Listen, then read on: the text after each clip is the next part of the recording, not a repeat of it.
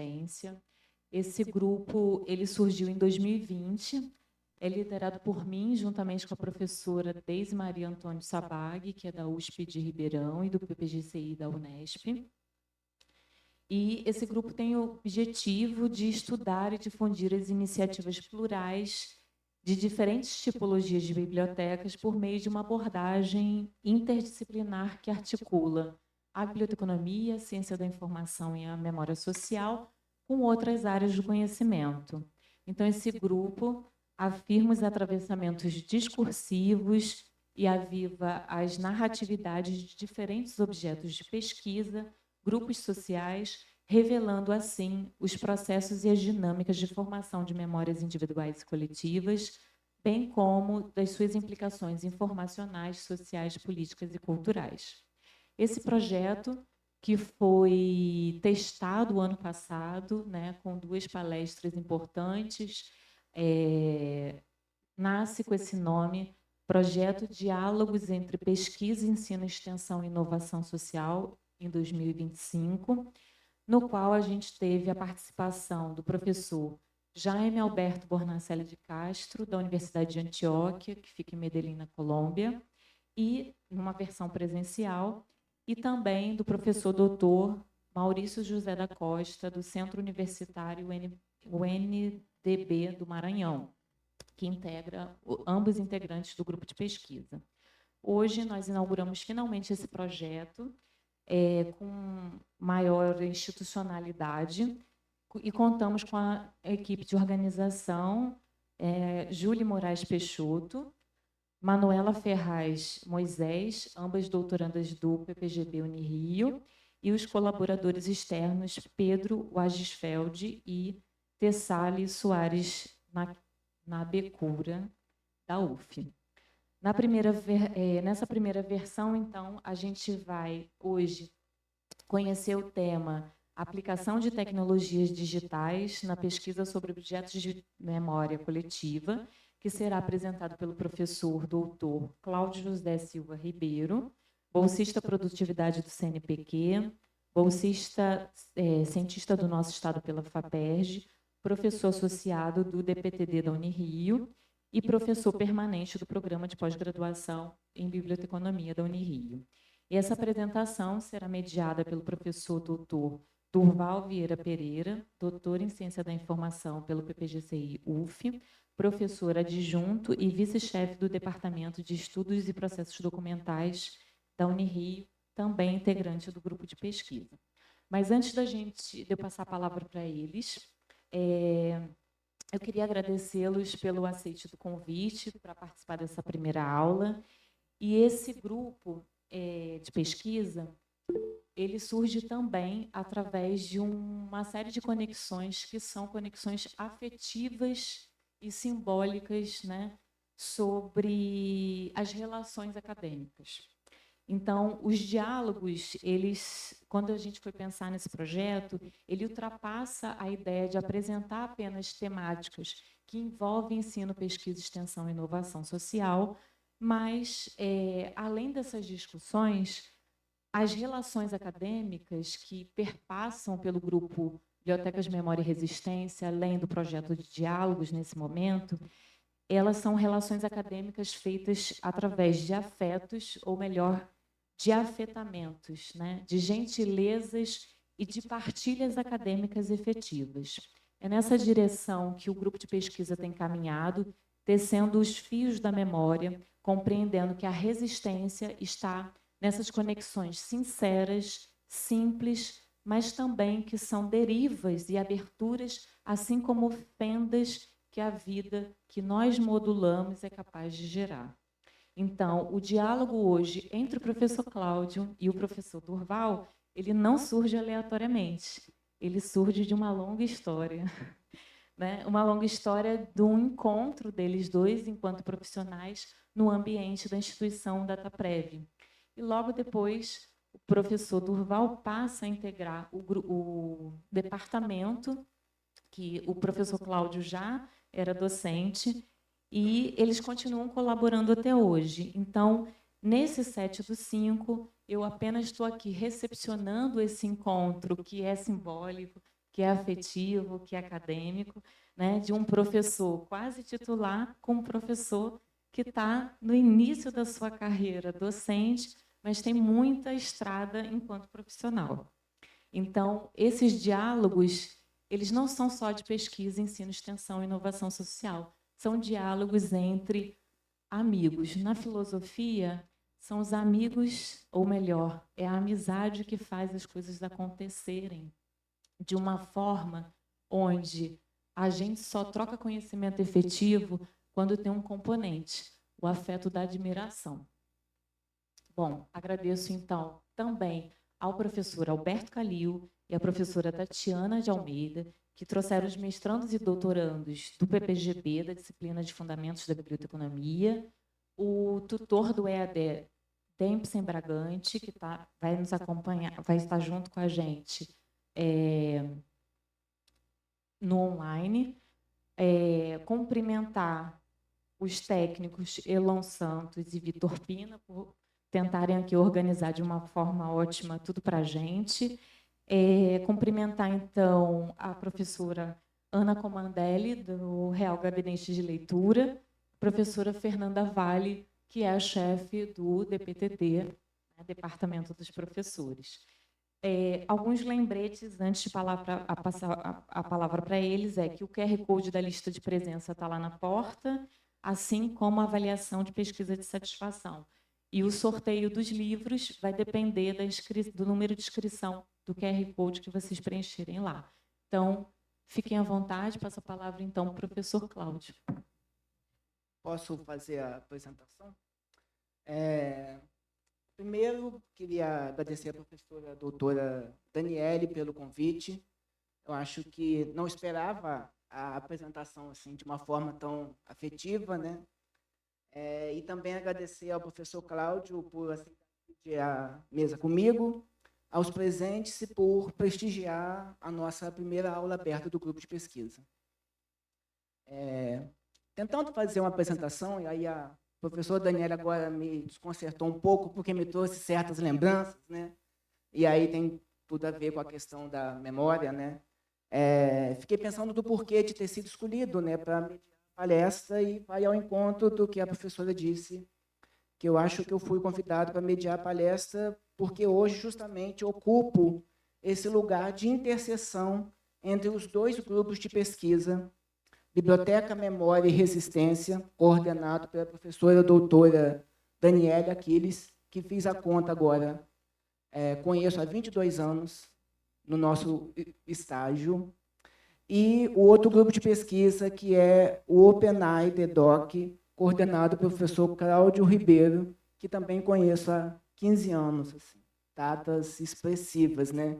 E a vida como nos retorna, né? Não, como nos volta a esses relacionamentos, diria, verdadeiros. Estar aqui nesse espaço compartilhado é mais que uma função de mediação, é uma oportunidade de aproximar trajetórias, ideias e principalmente pessoas. Acho que é esse o objetivo desse encontro. E a proposta de hoje nasce justamente desse encontro, de criar um diálogo aberto e uma agenda de discussões colaborativas que ultrapassam os limites da pesquisa científica. O que a gente quer, acima de tudo, é construir relações entre saberes, experiências, memórias e também afetos, dentro desse nosso contexto universitário. E, por fim, e no final das contas, é isso que dá sentido ao que fazemos, é a possibilidade de pensar juntos, de sentir juntos e de transformar juntos esse nosso ambiente e o que a gente se propõe a fazer. Tá? Eu iria apresentar o Cláudio, a professora Daniele já o fez, e aí, antes de passar a palavra para o professor Cláudio, a proposta é ele discutir os temas de pesquisa que ele elabora a partir de dois textos, o primeiro intitulado Compartilhamento de Datasets de Pesquisa do Projeto Música em Periódicos Oitocentistas, MPO, um protótipo com o uso da solução SECAM, em coautoria com a professora Marta Tupinambá de Uchoa, E o segundo texto é a agregação de interoperabilidade dos acervos de instrumentos musicais no Brasil, o caso do Museu Virtual de Instrumentos Musicais, com coautoria da professora Adriana Olinto Palestê. Então, a partir de agora, eu passo a palavra ao professor Cláudio Ribeiro.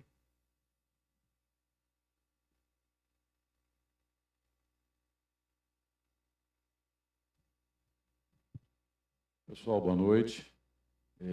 Queria saudar todos e todas aqui presentes nessa conversa, né? A gente organizou quando a professora Daniele me chamou e perguntou se seria interessante, se eu gostaria de participar. Falei, claro, eu acho muito importante essa oportunidade de divulgar um pouco os trabalhos, né? Tanto os trabalhos que o grupo de pesquisa dela vem fazendo, quanto os trabalhos do meu grupo de pesquisa, que tem ali o Open IDOC, né, que é o meu grupinho de pesquisa, e chamo ele carinhosamente do meu grupinho de pesquisa, né, porque a gente cria uma relação afetiva, né, com todos os componentes. Enfim, eu acho que essa abertura que a professora Daniele fez aí, trazendo essa questão da afetividade, da possibilidade de troca, né, isso aí é um ponto realmente de destaque, eu acho que na nossa vida, né, no cotidiano nosso. E a gente que trabalha com educação, que trabalha com jovens, trabalha com pessoas que estão iniciando a carreira, né? A gente acaba criando laços afetivos.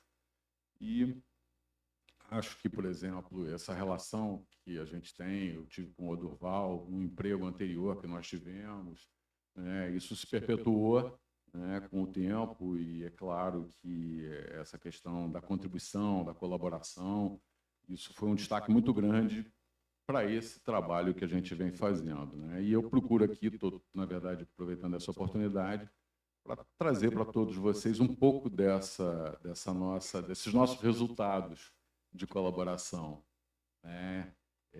Eu não montei nenhuma apresentação formal para a gente discutir, né? A ideia que a professora Daniela tinha me falado era da gente fazer uma aula, fazer uma coisa mais de debate, né? Então, eu vou fazer, também tinha conversado com o combinado com o professor Durval, a ideia é que eu traga um pouco da minha vivência com esses dois projetos, né, com o projeto da professora Marta, né, que, só uma correção, é Marta Ulloa, né, não é Ochoa, mas é a Marta Tupinambá Ulloa, né, com esse projeto dela e com o projeto da professora Adriana Balesté também, que é uma pesquisadora do IBICT, que, na verdade, tem um ponto comum entre eles, né? Falam sobre música, né? É claro que o projeto da professora Marta é um projeto que fala mais sobre periódicos musicais, e o projeto da professora Adriana fala mais sobre instrumentos musicais,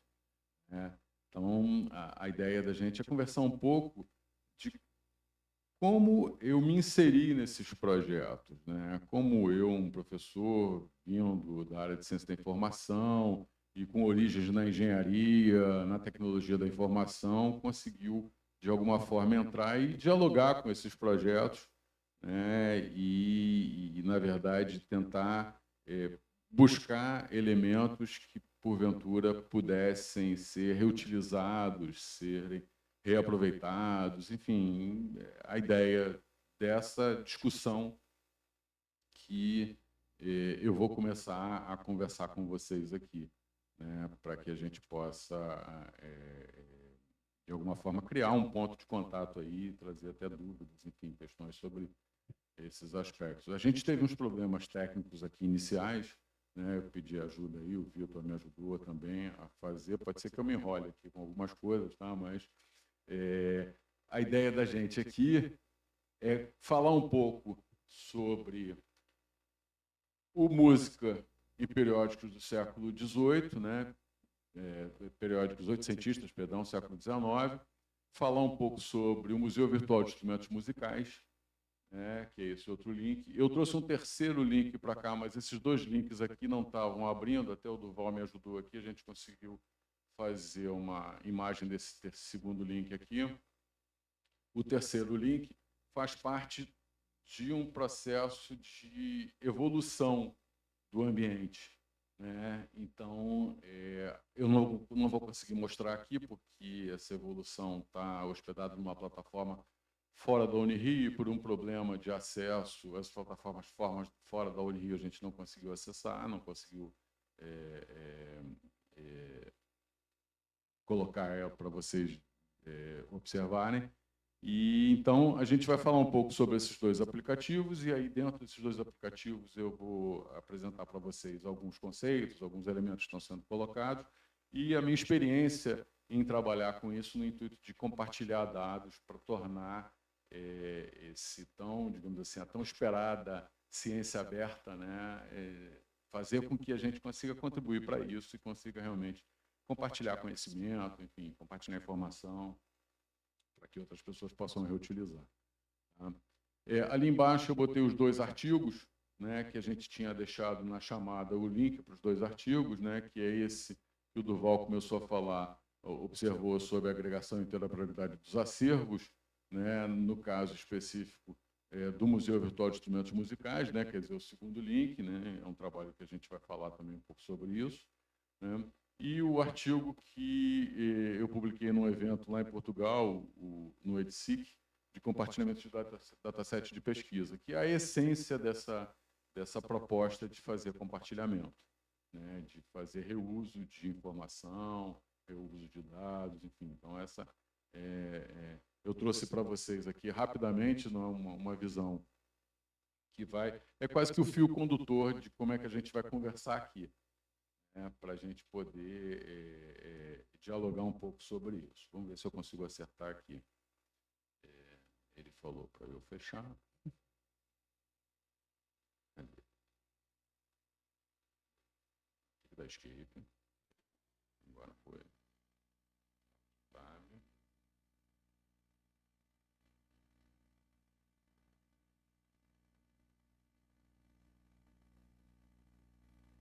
Não, espera aí. Aqui.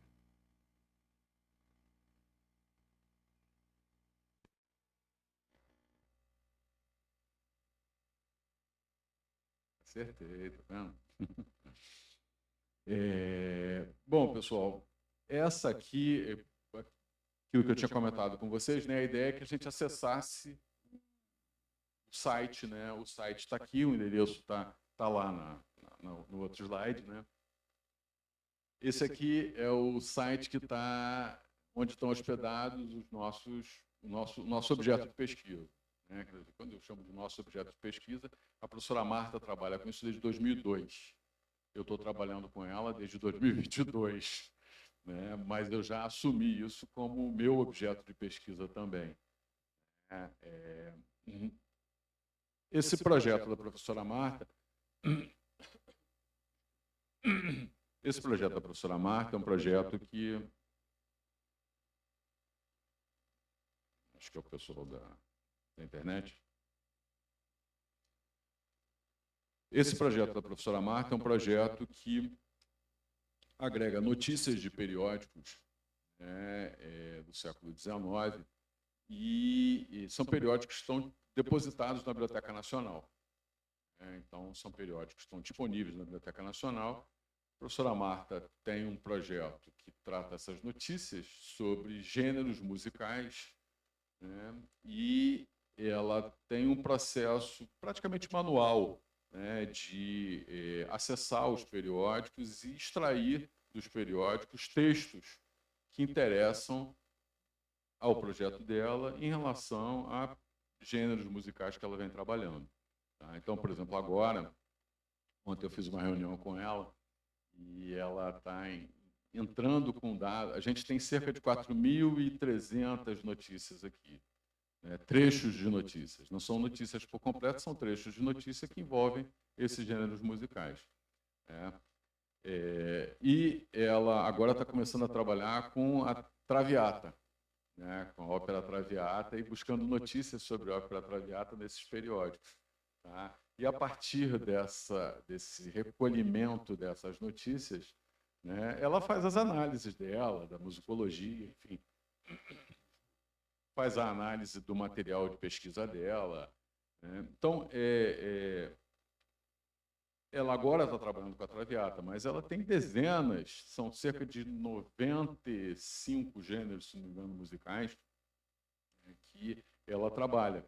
Então, vocês imaginem qual é a riqueza de informação que tem aí dentro. E aí, 2020, 2021, a professora Marta me procurou. Poxa, me disseram que você está trabalhando com essa questão de compartilhamento de dados, eu queria, de alguma forma, compartilhar esses meus dados aqui. Né?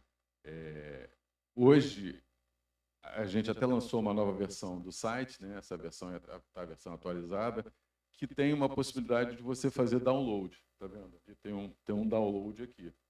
Tá? Então, você pode ir lá, ler as notícias que interessarem, selecionar os projetos que forem adequados, selecionar os gêneros que forem adequados e fazer download dessas informações. Tá? Isso aconteceu meados do ano passado. Né? Até então, não era possível fazer isso. Então, eu até brinquei com a professora Marta, falei assim, a partir de agora que a gente lançou essa versão, talvez eu nem faça mais sentido o meu trabalho com FAIR nessa questão, porque, de certa forma, já é possível entrar no site e fazer download das notícias, dos trechos de notícia. Eu gosto sempre de destacar que são trechos de notícia, né? Para reutilizar. Porque essa era a grande preocupação da professora Marta quando me procurou. Foi exatamente o que eu falei em 2022. Ela me procurou e falou assim, olha, eu estou para me aposentar e eu não queria deixar que todo esse meu conteúdo trabalhado, todo esse objeto de pesquisa que eu desenvolvi durante esses 20 anos, ficasse restrito, por exemplo, a dissertações e teses, a anexos de dissertações e teses, a dados tabulados em dissertações e teses. Eu queria entregar isso para a sociedade. Eu queria permitir que outras pessoas pudessem trabalhar com esse meu conjunto de dados que foi levantado ao longo desses últimos 20 anos. Isso ela me falou lá em 2022. Então, a gente começou a trabalhar com esse projeto, eu com a minha visão de reuso de dados, de compartilhamento, de semântica de dados para compartilhamento, e ela com essa visão específica do campo empírico dela. Então, assim, foi um casamento bem legal, porque ela traz questões, né? Ontem, na conversa de ontem, ela estava falando da Traviata, e é muito legal assim, você ouvir, né? Os comentários que ela faz, né? Com essa visão. Outra coisa é legal, você entrar lá no CLA, né? Você entra no CLA, aí tem gente tocando piano aqui, violão ali. É muito interessante aquele outro prédio lá da Unirio, né? Então, assim, e aí ela, fazendo esse trabalho, ela, de certa forma, está conseguindo que outras pessoas... A gente mesmo já fez um reuso do projeto dela. Eu, em 2024, eu não trouxe as referências todas, tem alguns artigos que a gente já escreveu sobre isso. Em 2024, a gente publicou um artigo onde eu fiz uma seleção de gêneros musicais e, a partir dessa seleção de gêneros musicais, eu usei um software chamado Iramutec, que é um software que faz processamento textual. Ele usa texto como dados, né? Ele trabalha com texto como dados, então ele pega... Eu peguei essa coleção de notícias que ela colocou, separadas de determinados gêneros, e fiz uma análise muito simples. Eu não sou uma pessoa, não sou um linguista, não tenho conhecimento suficiente para trabalhar com análises morfológicas e linguísticas de um determinado texto, mas o próprio Iramutec te faz algumas categorizações, te faz algumas separações de termos maiores, termos menores, enfim, coisas que podem, de alguma forma, te ajudar a fazer uma análise, e fiz uma apresentação, fiz um texto científico sobre isso. Quer dizer, na verdade, eu reutilizei os dados dela. Eu não tive que ir para o campo tentar buscar novas informações ou tentar levantar dados para poder fazer aquele exercício, né? Então, a nossa ideia foi comprovar de que é possível você reutilizar. é claro que eu já tinha um pouco mais de entendimento sobre isso que eu estou falando para vocês aqui. Existem títulos, transcrições, datas, existe o periódico, existe o nome do projeto que deu origem, né? Existem algumas características nesse ambiente que eu conheço porque eu já estou trabalhando com ele há algum tempo. Quem não conhece, talvez tenha que estudar um pouquinho. Eu vou fazer download de quê? Eu vou fazer tal. Aqui é simples, fazer download do título, fazer download das datas, fazer. Se fosse algo um pouco mais complexo, eu precisaria ter um trabalho semântico sobre isso, uma descrição semântica. E aí é para isso que entra o FAIR, que é a minha atividade de pesquisa.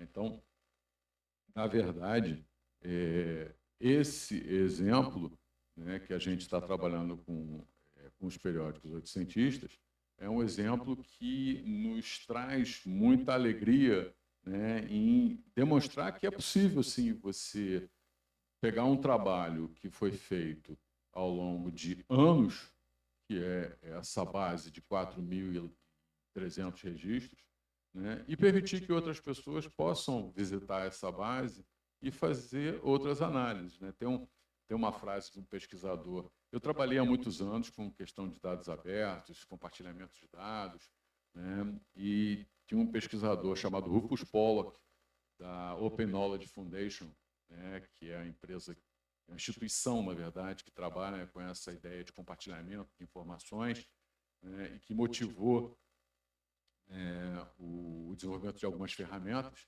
né? O Rufus Pollock tem uma frase muito interessante, que diz que o melhor uso dos dados da sua pesquisa não será feito por você. Quer dizer, provavelmente, você está tão inserido na pesquisa, tão entranhado por aquelas questões que você está fazendo, que às vezes você não observa comportamentos que aquele conjunto de dados pode trazer, né? Percepções que aquele conjunto de dados pode dar, né? Então, assim, eu acho que isso é uma coisa interessante. Tem uma outra pesquisa, em 2021, eu tive na Holanda fazendo pós-doutoramento com um dos pesquisadores que mais fala sobre FAIR no mundo, né? Que é um brasileiro, que é o Luiz Olavo Bonino, né? Ele está na Holanda, na Universidade de Twente, já desde 2006, 2005, né? Então está mais de 15 anos fora do país e atua muito nessa questão do compartilhamento de dados. E ele tem lá uma série de... Aí é aquele negócio, né? Ele é da área da ciência da computação, aí você pede para ele a fonte, ele fala, não, eu tenho essa fonte. Aí passa dia, entra dia, sai dia, ele nunca te dá a fonte. É porque, na verdade, deve estar perdido lá em algum lugar essa fonte. Mas ele tem pesquisas, né? Tem pesquisas que demonstram que cerca de um pesquisador, durante todo o tempo de pesquisa, ele leva em torno de 70% a 80% do tempo de pesquisa, ele leva garimpando dado, limpando dado, fazendo gestão do dado, e só 20% é que ele vai parar para analisar os dados que ele está trabalhando, né? Quer dizer, quando a gente fala de reuso, a gente fala de tentar abreviar isso, né? A gente fala de que a professora Marta já passou um tempão garimpando isso, melhorando. Até hoje ainda está. A gente está com um dos projetos que a gente tem, é um projeto de melhoria da qualidade do conteúdo, porque eu comecei a comentar com ela de que se eu estou compartilhando, eu tenho que garantir a qualidade do que eu estou compartilhando, né? Então, vai ter citação de dados, a pessoa vai poder citar que usou os dados do projeto dela, enfim. Tem esses aspectos de responsabilidade que a gente precisa ter atenção. Então, a gente está com um projeto de, não diria que seria uma qualificação de dados, mas a gente está tentando melhorar, buscando ferramentas para melhorar a qualidade daquele conteúdo, que não é um conteúdo muito complexo, é um conteúdo textual, mas que é um conteúdo textual que pode ter erros de digitação, que pode ter erros de informação. Então, é importante que a gente se preocupe com essa questão da qualificação dos dados, da melhoria da qualidade dos dados. Então, a gente está fazendo também, ao mesmo tempo em que a gente está pensando no reuso e produzindo questões para reuso, né? a gente está também trabalhando nessa questão da qualidade. Então, é um trabalho bastante árduo, né? Porque quando você vai fazer a avaliação de qualidade, você tem que pensar nos critérios que são aceitáveis para aquele conjunto de dados. Você tem um conjunto de dados, e aí eu vou o quê? Se não tiver dentro do critério, eu jogo fora? Eu tento recuperar? Como é que eu faço? Então, essa questão da qualidade do conteúdo também é importante quando a gente vem trabalhar com isso. Tá? Então, é só para... Eu estou falando bastante desse projeto só para vocês entenderem, na verdade, quando a gente fala de compartilhamento, quando a gente fala de reuso de informação, a gente tem que se preocupar com tudo isso. Né? Então, para nós é muito importante permitir que as pessoas reutilizem o que ela já produziu ao longo de todos esses anos. Né? Mas eu tenho que garantir também que as pessoas vão reutilizar os dados e que esses dados vão ter qualidade para serem reutilizados e vão poder, de alguma forma, contribuir para o desenvolvimento da ciência em outras áreas, não na área de musicologia, talvez na área de linguística, talvez em outra área específica que a gente encontrou também. Aí isso eu tenho um trabalho com o Durval, que a gente publicou recentemente, sobre ontologias ligadas a instrumentos musicais, e a gente percebe que existem várias iniciativas de representação do conhecimento, de organização do conhecimento para a área de música. Né? Nem sempre são adequadas para o que a gente quer fazer, mas existem várias iniciativas. Né? Então, assim, a gente percebe, de acordo com as nossas pesquisas, que existem tentativas de se representar áreas do conhecimento, mas que nem sempre a gente consegue obter o resultado mais apropriado, mais adequado, quando você está analisando aquele instrumento de representação. Tá? Então, esse é o primeiro ponto em que eu queria trazer para vocês, essa minha experiência, né, de, na verdade, reaproveitamento de informações, de um aspecto ligado à memória, né, porque... vou fazer um outro gancho, vou falando, eu vou me lembrando das coisas também. Né? É assim mesmo.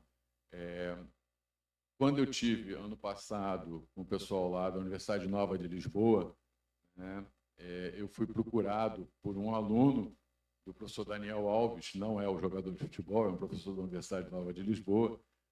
O professor Daniel Alves me chamou, vem aqui falar um pouco sobre esse seu projeto. Aí eu fui lá falar e eu encontrei com um aluno que assistiu a apresentação, né, assistiu a aula que eu dei lá, e esse aluno estava querendo trabalhar com uma coisa semelhante, né, que eram as notícias sobre a Revolução dos Cravos, né, então notícias de jornais que saíram na época sobre a Revolução dos Cravos. Então ele estava fazendo todo um apanhado sobre isso e estava usando dinâmicas parecidas com a nossa, né, para poder fazer o compartilhamento disso. Né. E aí ele estava defendendo o trabalho dele, de mestrado, ia defender agora em março. Aí eu falei para ele, depois de março, você manda uma mensagem para mim que a gente volta a conversar, porque eu não quero atrapalhar a sua defesa. Né? Qualquer coisa que eu fizesse podia degringolar o trabalho dele. Eu falei, não, finaliza o teu trabalho e a gente volta a conversar para a gente poder pensar como é que a gente pode colaborar dentro disso. Né? Publicando, de repente, os seus objetos de pesquisa também, talvez junto desse ambiente ou em outro ambiente. Né? Tem um artigo que que até ficou na referência aí, que foi o artigo de 2023 de publicação no SECAM. O SECAM é um sistema para publicação de dados. Né? Eu trabalhei com SECAM durante muitos anos, antes de vir para a Unirio. Eram dados abertos de governo, a gente estava publicando tudo isso com o SECAM, tem um portal de dados abertos de governo que tem todos os dados que as instituições públicas trabalham, né, e estão sendo compartilhados, enfim, estão lá nesse ambiente de dados abertos de governo que fica no SECAM. A Unirio tem um SECAM. Esse software chamado SECAM, a Unirio tem. Está hospedado lá na BETIC, né? E só que é um software que guarda os dados abertos da Unirio. Aí opa, posso botar um conjunto de dados aí? Ah, pode. Botei o conjunto de dados lá. Então, se a gente for visitar lá o site da Unirio, dados.unirio.br, vai ver que tem um conjunto de dados lá. Esses dados aqui estão lá também. Só que lá tem alguns problemas de infraestrutura, tem uns problemas de atualização, então eles não estão tão atualizados assim e tão acessáveis programaticamente, porque a grande vantagem de você tirar ele daqui e botar num repositório de dados é poder acessar programaticamente. O que é isso? Eu construo um programa que vai lá e acessa os dados e trabalha com os dados e retorna para a minha instalação. Enfim. Eu não preciso fazer download dos dados, né? Porque quando você faz download, eles podem ficar desatualizados. Então é melhor você usar lá na fonte. E até facilita a questão de citação, a questão de tudo isso. Ah, não, eu estou indo buscar lá. Então, assim, a gente começou a tentar botar isso no SECAM, mas teve esse problema de infraestrutura, enfim, questões ligadas à própria dificuldade de gerir esse repositório do SECAM, ele ficou desatualizado. Então, hoje, a gente já está, eu estou buscando outros caminhos para poder fazer essa publicação. Então, a ideia é tirar do SECAM e levar para uma outra instância, para um outro ambiente, que vai estar mais atualizado, vai estar mais facilitado de acesso programático, de maneira programática, né, para que você possa fazer reuso desses dados. Então, essa é uma dos caminhos que a gente está trilhando, né, para tentar permitir esse compartilhamento. Aí tem essa questão da descrição semântica, do compartilhamento, né, que eu comentei aqui, que aqui você olha e entende mais ou menos como é que as coisas estão, programaticamente, o computador tem que entender também. Então, você tem que escrever semanticamente aquilo ali de alguma maneira que o computador entenda e a máquina processe os dados e chegue a conclusões e chegue a resultados, melhor do que conclusões, chegue a resultados de maneira apropriada, de acordo com aquela semântica que foi descrita daquele objeto. Tá? Então, a primeira parte de desenvolvimento, de compartilhamento, de busca de preservação de contexto de memória, né, está muito ligada nessa questão dos periódicos do século XIX na área de música. A segunda iniciativa que eu estou trabalhando,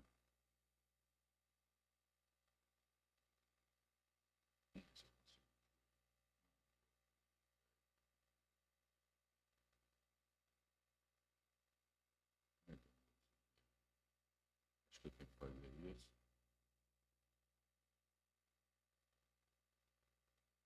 Poxa, eu achei que fosse tão fácil. Mas vem ele correndo.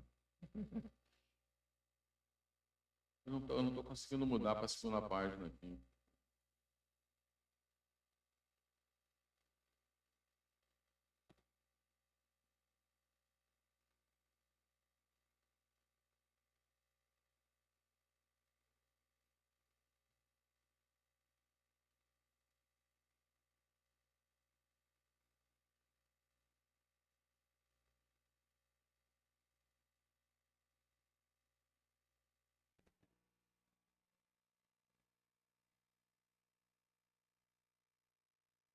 Foi.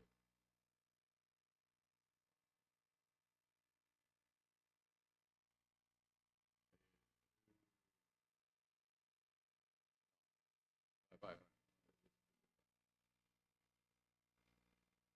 Você consegue botar aqui?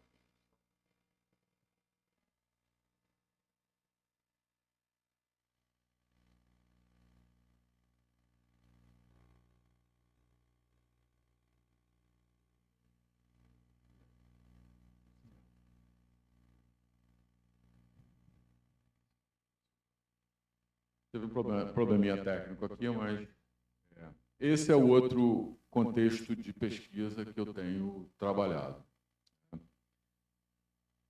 Esse é um projeto da professora Adriana Ballester, que é uma pesquisadora do IBICT, né, sobre instrumentos musicais. Isso aqui, na verdade, é um agregador de instrumentos musicais que estão disponíveis em alguns... É um agregador virtual, que a gente chama. Estão disponíveis em alguns museus. Ela reúne isso, tem uma série de padrões que ela precisa seguir para poder representar essas imagens, né? E tem maneiras de você fazer digitalização, característica, detalhamento da digitalização, enfim, existem muitas informações técnicas por trás desse ambiente. Então, professora Adriana, também, isso está num ambiente, instalado num ambiente tecnológico, e aí a professora Adriana, por conta dessas possibilidades de você fazer interface com outros ambientes fora do Brasil, né, ela está aqui com uma coleção de instrumentos musicais que é muito rica, né, tem muita informação, mas ela também tem interesse. O próprio professor Daniel Alves, quando eu estive lá na Universidade Nova de Lisboa, ele tem uma plataforma chamada Plataforma Rocio, né, que tem informações sobre a história lusófona, a comunidade lusófona. É uma plataforma muito bacana, né, que tem, inclusive, alguns instrumentos que ajudam você a compreender melhor, né, todos aqueles elementos que estão ali dentro. Tem um vocabulário da plataforma Rocio, tem uma estrutura taxonômica que mostra a plataforma Rocio. É muito rico esse ambiente de depósito de informações, né? E a professora Adriana se interessou também em interagir com a plataforma Rocio, né? Aquela questão as coisas estão ficando cada vez mais globais, né? Então você acaba se comunicando, entrando e trocando informação com outros ambientes, né? E lá na Europa, em especial, tem a Europeana, que também faz lá uma série de conexões, uma série de facilidades, né? Existem algumas infraestruturas que a gente está estudando aqui, que apoiam todo esse contexto eu tive um orientando de mestrado que defendeu agora, o Davi, que estudou um pouco dessas plataformas também, né? Então, assim, a gente está caminhando nessa direção de buscar cada vez mais caminhos para poder, buscar caminhos, né? Nessa jornada, na verdade, que a gente está tentando de tornar essas coisas mais globais mesmo, mais integradas, interoperáveis, né? Então, assim, a professora Adriana me procurou e aí vamos fazer possíveis encaminhamentos para tentar fazer conexões desse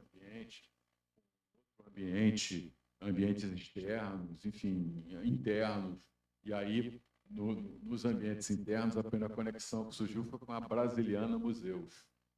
A Brasiliana Museus é um ambiente patrocinado pelo Ministério da Cultura com o apoio do IBRAM, né, que é o Instituto Brasileiro de Museus, e eles têm um grande portal que reúne várias coleções de diversos museus, diferentes museus. Por que você foi parar lá, Cláudio? Porque eles usam uma ferramenta tecnológica chamada Tainacan. E aí eu, cada vez mais interessado no uso do Tainacan, fui bater na porta do IBRAM, aí encontrei outras pessoas, e aí faz parte da afetividade que a professora Daniela observou, né? A gente vai encontrando pessoas e criando novos laços. Então, assim, o primeiro esforço da professora Adriana foi levar o Museu Virtual de Instrumentos Musicais para o contexto da Brasiliana Museus. Então, a gente foi lá estudar o Tainacan, como é que a gente poderia fazer. Vou contar um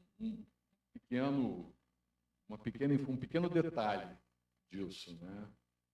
A plataforma do MVIM, do Museu Virtual de Instrumentos Musicais, é o WordPress. A plataforma do Tainacan também é o WordPress. Então, a gente procurou na verdade, o caminho mais fácil, que era integrar por meio da plataforma. Você pode integrar de diversas formas, né? A interoperabilidade você pode obtê-la de diversas formas. Mas, se está na mesma plataforma, né, é uma interoperabilidade quase que nativa. Então, mas está dando um trabalho do cão, que era o terceiro slide que eu ia mostrar para vocês, do ambiente que já está no Tainacan. a gente já tem esse mesmo museu virtual de instrumentos musicais no ambiente Tainacan, né? Então, é uma forma que a gente já começa a compreender de tornar esse museu compartilhável, não só com a Brasiliana Museus, né, com o grande agregador Brasiliana Museus, mas até com outros agregadores, por exemplo, como a Europeana, que é um agregador europeu. Nesse meio tempo, a gente vai tentar fazer com a Rossio também, mas a gente não sabe muito bem se vai ter fôlego para fazer isso com a Rossio. Mas, voltando então, o Museu Virtual de Instrumentos Musicais foi desenvolvido com base em determinados padrões de representação de imagens, de representação de conteúdo, né? A plataforma adotada foi o WordPress, que é uma plataforma questionável em alguns momentos. Há pessoas que registram, e aí, tecnologicamente falando, a plataforma WordPress é uma plataforma que trouxe alguns problemas do passado, invasões, e não tem uma segurança muito boa. Não tinha uma segurança muito boa, né? E hoje, na versão atual do WordPress, ele já está bem melhor. Ainda tem alguns problemas, já está bem melhor. E a defesa das pessoas que trabalham a favor do WordPress, né, é o seguinte: ele tem muitas invasões porque ele é o segundo gerador ambiente de conteúdo, ou é o primeiro ambiente de conteúdo. Acho que, não, 50%, acho que é 50% do conteúdo mundial está no WordPress. Então, assim, por isso que ele é muito invadido. É que nem Microsoft, né? Todo mundo invade a Microsoft, por quê? Porque boa parte dos computadores tem ambiente Microsoft. Então, há interesse das pessoas em violar esse ambiente, né? Porque o quantitativo de informações disponíveis é muito grande. Então, o MVim está no WordPress, seguindo determinados padrões de representação que ajudam, na verdade, esse compartilhamento de conteúdo, né? E a gente está fazendo esse processo de migração do WordPress para que a gente consiga, na verdade, migração para o Tainacan, para que a gente consiga fazer esse processo, tornar mais natural esse processo de interação entre diversos ambientes. Tá? A gente também tem aqui, foi desse material que a gente tirou esse artigo que eu comentei há pouco, né, falando sobre essa questão das ontologias. A gente escreveu, eu, Durval, a professora Adriana, e mais um pesquisador lá do IBRAM, né, e o Dalton, né, que é o, digamos assim, era o coordenador do IBRAM e saiu agora, voltou para o UNB. Né. A gente escreveu sobre... Não, o Dalton não, perdão, foi só eu, ele e a Adriana. O Rodrigo é outro artigo. Então, a gente escreveu nessa ideia de fazer uma avaliação das ontologias que nos ajudam a descrever os instrumentos musicais, né? Que tem esse aspecto da organização, da representação e desse compartilhamento de informações. As ontologias permitem essa descrição mais apropriada dos elementos que estão descritos dentro daquele contexto que a gente está trabalhando. Tá? Então, esse é o segundo projeto que eu queria trazer para vocês. Né? Só uma pena não ter conseguido acessar o que está no ambiente do Tainacan, né? Que ele muda um pouquinho visualmente algumas coisas, mas em relação ao conteúdo fica praticamente da mesma forma. Tá? Então, essas duas iniciativas que eu trouxe para cá, que eu tinha combinado com a professora Daniele, né, era para a gente poder, de certa forma, interagir um pouco sobre questões que tenham, primeiro, nesse aspecto do compartilhamento de dados, né, segundo, na questão da preservação, né, que esse compartilhamento de dados pode facilitar, inclusive na disseminação, divulgação e preservação, né, e, de certa forma, trazer para vocês também um pouco compartilhar um pouco com vocês dessas iniciativas, que eu acho que são iniciativas bem interessantes e acho que pode despertar em vocês outros interesses, né? Por exemplo, para reutilizar. Os dados da professora do projeto MVI ainda não estão compartilháveis ainda, né? Mas os dados do projeto do Museu Virtual, do projeto dos periódicos dos cientistas estão disponíveis. Então, se quiser compartilhar, pode entrar no site, pegar lá, ou então tentar pegar do SECAM lá. Vai sofrer um pouco pegar do SECAM, mas pode pegar do SECAM da Unirio, lá, dados.unirio.br, tem lá conjuntos musicais, dados sobre música. Está lá, dados sobre música. Então, está lá disponível, é só fazer download, né? Ou então acessar via API, né, que é uma aplicação programática, que você consegue, do seu programa, acessar os dados que estão lá, né, sem necessitar fazer download dos dados para poder rodar o seu programa. Mas não estou falando para a gente de TI, então provavelmente vocês vão fazer a consulta, vão olhar, vão ver como é que está e tal, e aí vão poder perceber, né, essa utilização. Do projeto Adriano ainda a gente não tem isso. Tá? Então, dito isso, eu estou disponível agora para o meu amigo Durval fazer aí os encaminhamentos do debate. Obrigado, pessoal.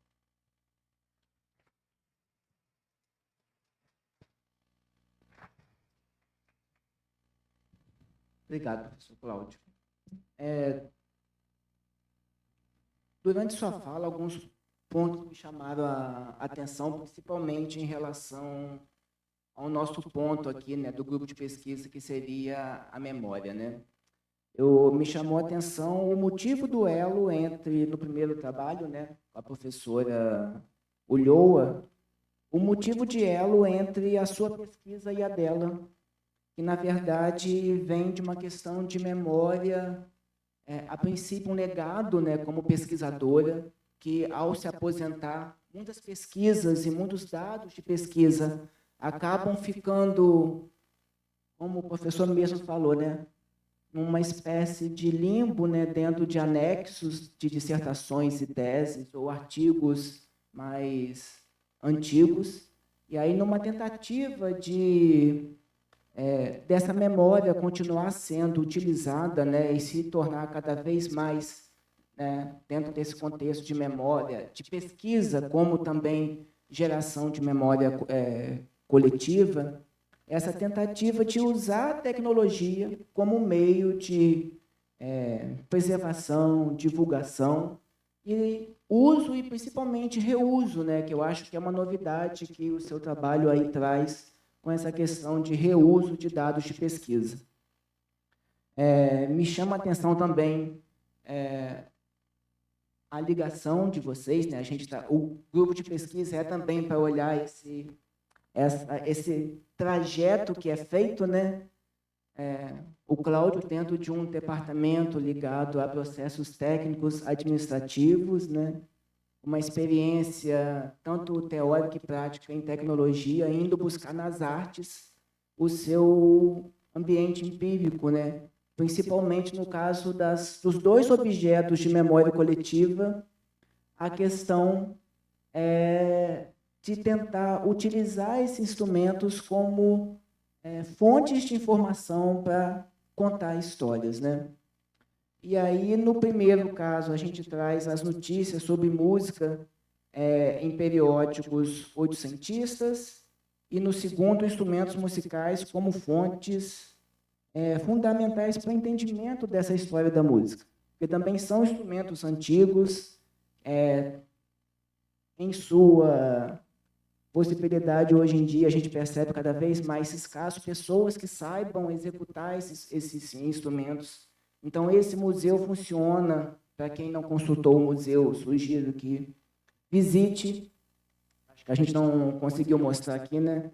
Inclusive, tem o som que esses instrumentos executam, fazendo com que a gente se identifique, além do objeto apenas ali descritivo, a gente tenha um envolvimento com esse instrumento, não só como objeto, mas como essa questão de afeto que a gente comentou aqui no início da aula também.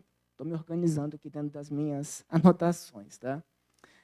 Outra coisa também que eu fiquei atento foi sobre o seu projeto de música, projeto de música em periódicos oitocentistas, que ele traz, que ele passa, né, os registros de uma fonte histórica tradicional, os periódicos ali naquela época como principal fonte de informação, e depois você traz a contribuição do nosso tempo ali com a representação desses instrumentos, dessas informações como dados estruturados, organizados dentro daquela estrutura que você mostrou, de forma que eles sejam interoperáveis entre sistemas e, ao mesmo tempo, possibilitar o reuso disso, né? E aí, dentro disso também, eu fiquei me perguntando, dentro dessa retirada desses dados a partir desses instrumentos de memória, né? Instrumentos de memória que tentam revelar ou que tem ali no seu cerne intrínseco ali as questões de histórias que eles tentam contar, a questão do contexto, né? Então, como é difícil para a gente que trabalha com essa questão de representação da informação, a gente conseguir descrever esses objetos de memória que vão além do objeto físico, porque ele traz todo um sentido por trás, né? Como esses metadados seriam suficientes para contextualizar e caracterizar essas obras para além do objeto, mas por que ele representou, o motivo da criação, ou como ele foi utilizado em determinada época. E aí eu fiquei pensando assim, né, dentro das nossas questionamentos dentro da área de ciência da informação, biblioteconomia, arquivologia, memória, né? O que fica de fora quando um objeto de memória precisa ser representado em um esquema de dados, né? Que contextos eu consigo descrever e que contextos eu não consigo descrever porque a tecnologia não ainda, né? Eu vou dizer ainda no sentido de esperançoso, né? Ainda não consegue descrever todos esses contextos, todas essas intencionalidades por trás da criação, uso ou o próprio adormecimento desse objeto de memória, né?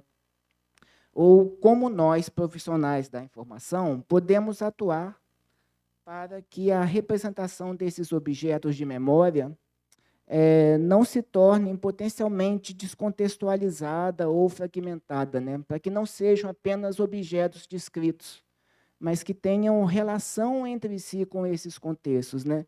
E aí eu acho que a sua fala e eu acho que o artigo que a gente escreveu juntos sobre ontologia é uma possibilidade de talvez ampliar essa questão de relacionamentos, né?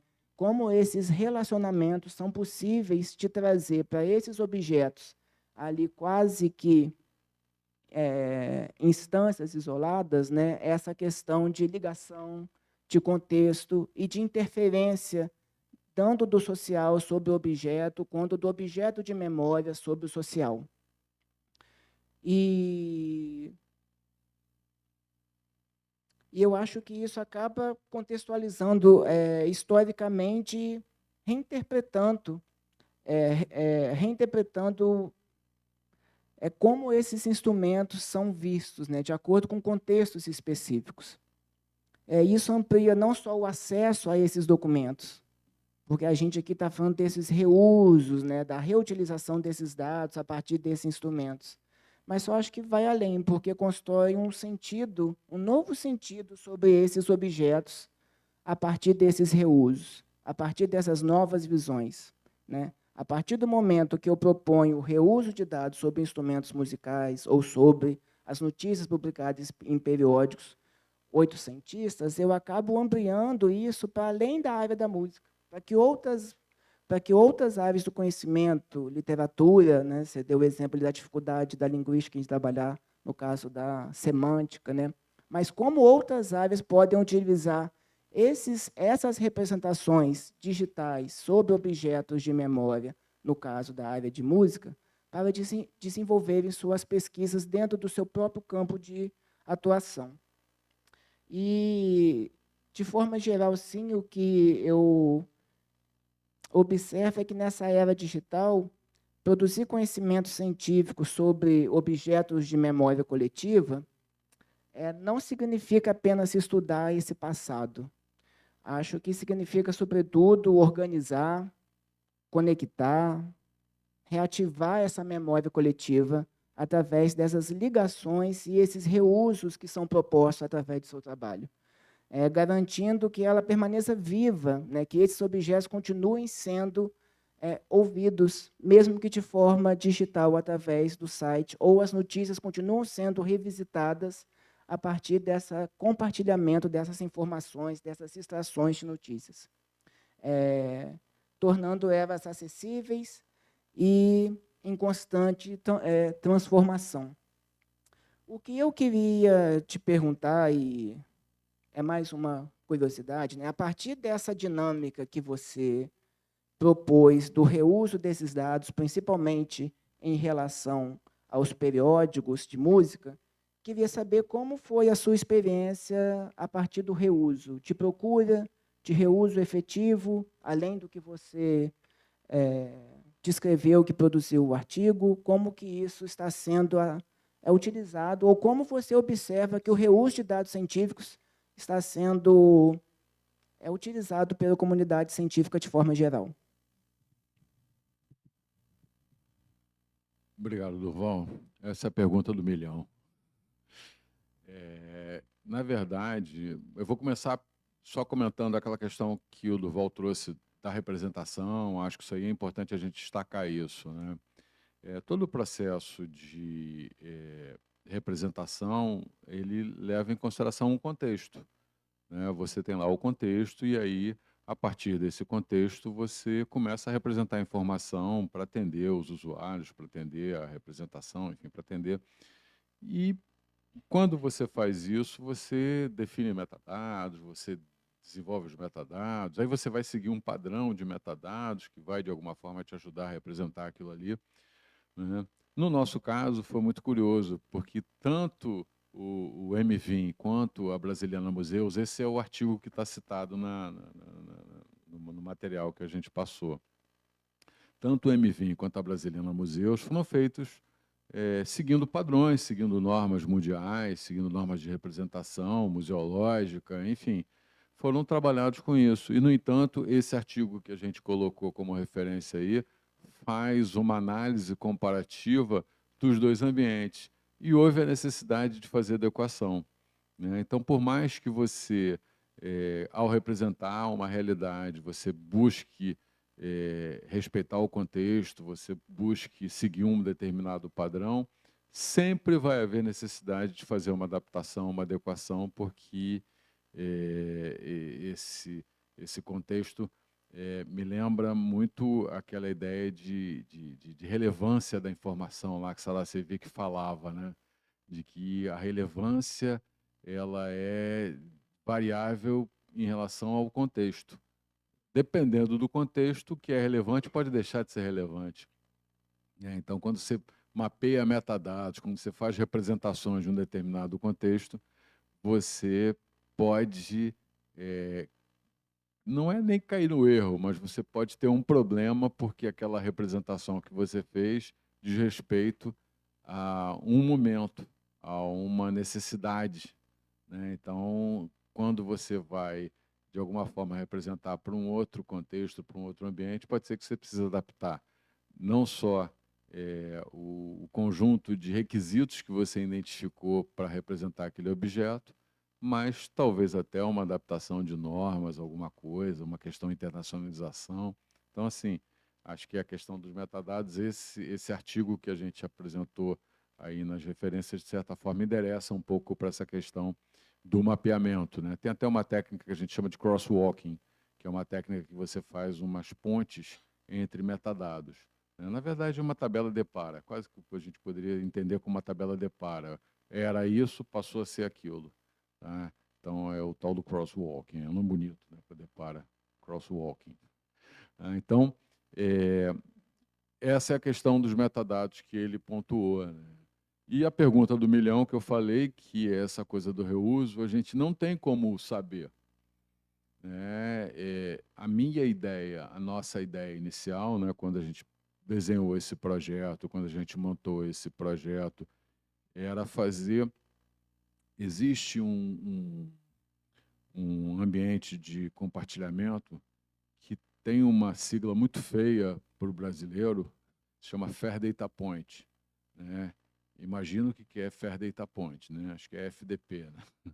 É uma sigla muito feia para o brasileiro, mas o Fair Data Point é um ambiente que reúne entradas de compartilhamento de dados pelo mundo afora, né? Esse ambiente Fair Data Point, para eu poder fazer conexão com esse Fair Data Point e poder recolher indicadores, se tem alguém, porque essa é a nossa grande dúvida. Ela, quando me procurou, toda animada, não vou compartilhar esses dados, mas quem se interessa por música, por notícias de periódicos do século XIX? Tem um periódico chamado A Marmota na Corte. É um periódico de brincadeira, de coisas jocosas, né, assim, do século XIX. Quem se interessa por notícias do Marmota na Corte, né, entre 1835 e 1857? Estou chutando aqui duas datas, só para a gente poder... Quem se interessa por isso? Tem bastante gente que se interessa por isso. Só que eu não tenho como contabilizar, porque eu não sei quem é que está acessando, eu não sei quem é que está procurando, eu não sei quem é que está buscando. Tá? Se eu tivesse conexão com o Fair Data Point, talvez eu conseguisse. Eu teria ferramentas de mapeamento para poder fazer essa análise. Então, hoje, a gente acha que tem gente interessada, né? E, assim, é o que eu até estava fazendo uma reunião com o meu orientando aqui, e aí estava falando para ele, a gente está, no momento que a gente não tem dados concretos para poder dizer que é isso ou que é aquilo, a gente lança lá que há indícios, há percepções. Então, assim, há indícios de que estão utilizando, mas eu não tenho os dados concretos se estão realmente reutilizando, né? E é claro que é muito por conta do marketing que a gente faz, do que eu falo, das apresentações que eu falo, das palestras que eu faço, dos textos que eu escrevo, né, dos meus orientantes, que, de certa forma, também começam a mexer com isso, né? Então, mas é uma dúvida nossa, saber se realmente essa história de ciência aberta, de compartilhamento, de reuso, está acontecendo. A gente quer que aconteça. A gente está fazendo tudo para que esses dados sejam compartilháveis e sejam reutilizáveis. Mas hoje a gente não tem certeza disso. Tá? Então, eu estou numa conversa com o pessoal lá da UFPB, porque a UFPB eu tenho um colega de pesquisa lá na UFPB, que é o Guilherme Ataíde. O Guilherme Ataíde, ele cuida de um ambiente de gestão de dados lá, é um dataverse da Universidade Federal da Paraíba, né? Entrou, na verdade, pela área de biotecnologia. Eu acho que a área de biotecnologia lá começou a fazer publicação de dados, de pesquisa lá dentro para compartilhar, e aí pegou o Dataverse e está com o Dataverse. E a gente está tentando levar para lá os periódicos para tentar, de alguma forma, ver se é possível fazer essas contabilizações, para ver se as pessoas estão usando, estão reutilizando mesmo, porque tudo a gente acha, né? Tudo a gente acha. Mas a gente conversa com as pessoas têm interesse. Não, pô, bacana, gostaria, sim. Eu falo, vai lá, vai visitar lá. Respondi? Obrigado, professor. Vou abrir para perguntas do público. Quem tiver alguma questão ou comentário, fique à vontade.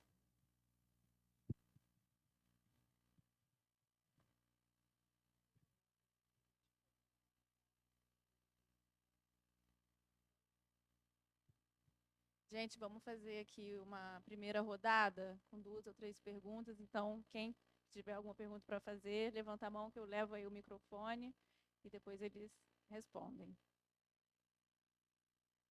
Tá.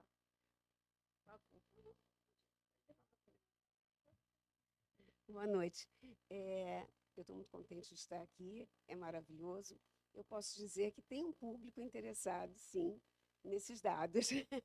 Mas há uma dificuldade, agora eu falo do lado de cá, porque eu sou cientista, trabalho com isso, né, já há muitos anos, e uma dificuldade que nós temos, se nós não formos às fontes primárias, dificilmente conseguimos achar, por exemplo, esses periódicos trabalhados na rede.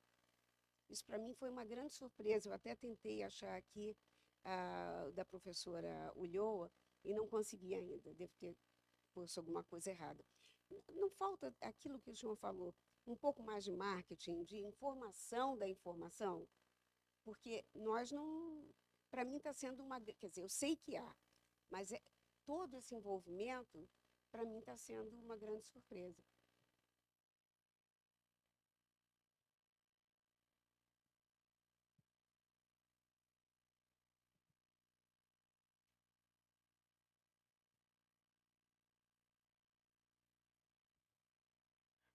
Boa noite, professores. Meu nome é Maurício. Eu tive uma experiência na Biblioteca Nacional, acho que foi em 2007, um projeto da Petrobras, financiado, foi o inventário dos periódicos. Então, um grupo lá de, acho que mais de 10 pessoas lá, ou muito mais, realizamos o inventário dessas obras. Era Gazeta, enfim, uma infinidade de jornais, de periódicos. E eu lembro que havia algumas informações sobre algum recital, algum show em algum teatro, enfim. Isso foi em 2007, E eu fico pensando na coleta dos dados, porque eu lembro lá na biblioteca, não sei como está hoje, aquelas máquinas de microfilme, né?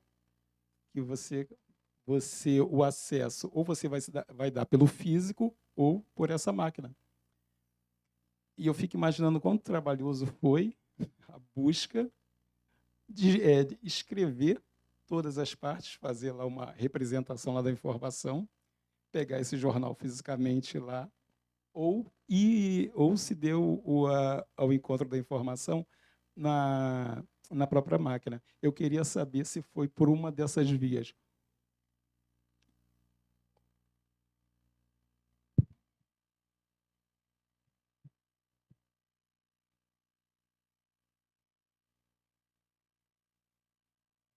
Mais alguém?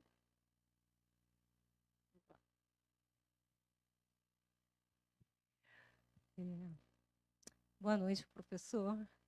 Eu fiquei muito feliz em saber que a base, a hemeroteca da professora Marta cresceu, né? De 2023 para cá, eu tive o prazer de trabalharmos juntos e da exposição da professora Marta fez durante a aula de mestrado e agora vejo que ela está com uma outra configuração até melhor do que a inicial. Aí, aproveitando, já que houve uma remodelação, né?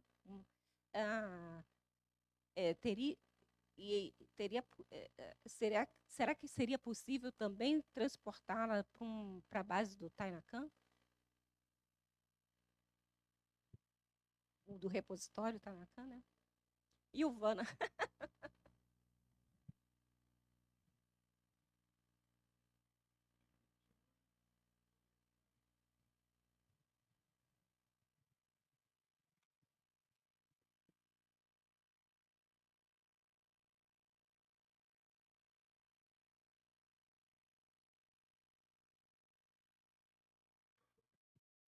Que eu desliguei aqui. Então, vamos lá, por vez. Ana, a gente tem procurado fazer... aquele negócio que a gente sempre comenta, né? Nem sempre a gente é bom de marketing, a gente é bom de divulgação, apesar de sermos da área de informação. Né? Apesar de trabalharmos com ciência da informação, enfim, nem sempre a gente consegue fazer um trabalho de divulgação adequado. Né? Mas o que a gente tem tentado, a professora Marta tem muitos contatos na área de musicologia, né, e sempre participa de eventos e faz a divulgação. Né? Agora, eu acho assim que esse aspecto do reuso, talvez... A gente sabe que ainda há muitas áreas do conhecimento que não têm interesse em reusar. né, porque tem aquela coisa da minha pesquisa, do meu trabalho, enfim, a gente sabe que há problemas com isso, tá?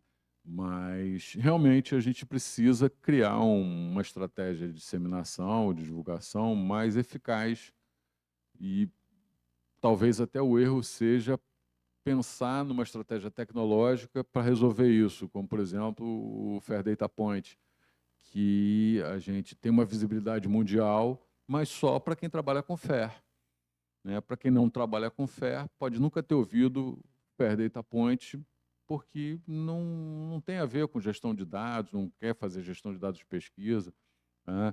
Então, assim, se a pessoa, de alguma forma, vem desse caminho dos dados de pesquisa, ela já pode ter ouvido, né? Se a gente perguntar aqui, quantos de vocês já tinham ouvido falar de FAIR, de princípios FAIR? Pouca gente, né? Sim, acho que aqui tem, acho, 6, 8 pessoas. Calil, você não vale, não. Para baixo o braço aí que você não vale, não. Não, mas você é pessoa, mas você é professor. Professor não conta nisso. É, então, assim, você está do meu lado ali, a gente conversa para caramba. Então, assim, a gente viu aqui, tinha algumas 6, 8 pessoas aqui, lá de cá tinha mais umas 6, 8 pessoas, quer dizer, não é muita gente, né? Então, assim, essa questão do compartilhamento de dados, essa questão do reuso, né, precisa realmente de mais divulgação e de mais disseminação, né? E, de forma análoga, né, o que está sendo compartilhado também, né? Então, assim, eu conto com a ajuda de todos, né, e todas que participaram aqui, que puderam ouvir um pouco desse nosso bate-papo aqui, para nos ajudar a talvez até incrementar o reuso que o Durval estava falando aqui, né, da gente poder saber até, se eu não consigo contabilizar programaticamente isso, pelo menos, estou usando, eu vou contabilizando lá e vou anotando. Mas, realmente, a gente precisa melhorar a nossa estratégia de marketing. Obrigado. Obrigado. Maurício, né?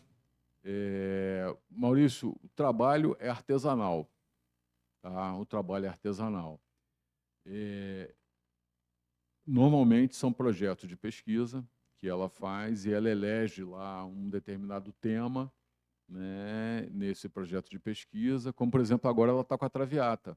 Ela elegeu a Traviata como sendo um assunto que ela gostaria de estudar por características da musicologia, que eu desconheço, mas ela escolheu lá a Traviata e está trabalhando com a Traviata, e está produzindo em cima da Traviata, né? E aí fala das origens da ópera, aí correlaciona com outras músicas. É assim, é muito legal, né? Correlaciona com outros gêneros musicais. Não, porque aí, você sabe, tu já estava me contando a história que teve um gênero da Bolívia, tem um gênero musical da Bolívia que se apoiou na ópera e na opereta, então aí era um diálogo do músico com os espanhóis. Então tem umas histórias assim muito interessantes, mas o trabalho é artesanal, tá? Ela vai lá.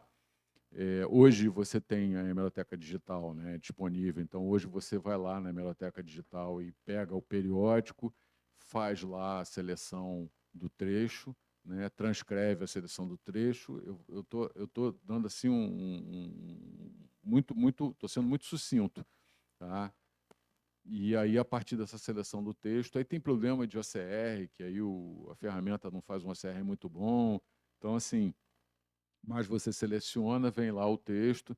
Hoje ela está usando inteligência artificial para corrigir a transcrição, porque antes ela pegava a transcrição com os erros que o OCR trazia e, de certa forma, ela tinha que fazer manualmente tudo. Agora, ontem ela me mostrou o prompt que ela faz. Ela faz um prompt lá com o Copilot, né, porque ela tem lá na máquina dela, por conta da licença que ela usa da Microsoft, tem lá o Copilot, ela pede lá, corrige a sintaxe, a gramática do texto a seguir. Porque ela não quer representar o texto como ele é originalmente, ela quer representar o texto com o que o texto fala, né? Então, às vezes, ela tem que trocar. Ela não troca o título. O título, se tem farmácia com PH, ela deixa. mas o texto, se tem farmácia com PH, ela troca, né? Porque ela é a pesquisa dela, né? Então, assim, mas ela está usando IA para fazer isso. Mas é um trabalho artesanal. Vai lá, seleciona, tira. A gente... Ivana, você é da hemeroteca? Você é da hemeroteca? A gente está com os problemas lá, né? Porque vocês botaram o tal do CAPTCHA lá, né, para poder pegar as informações.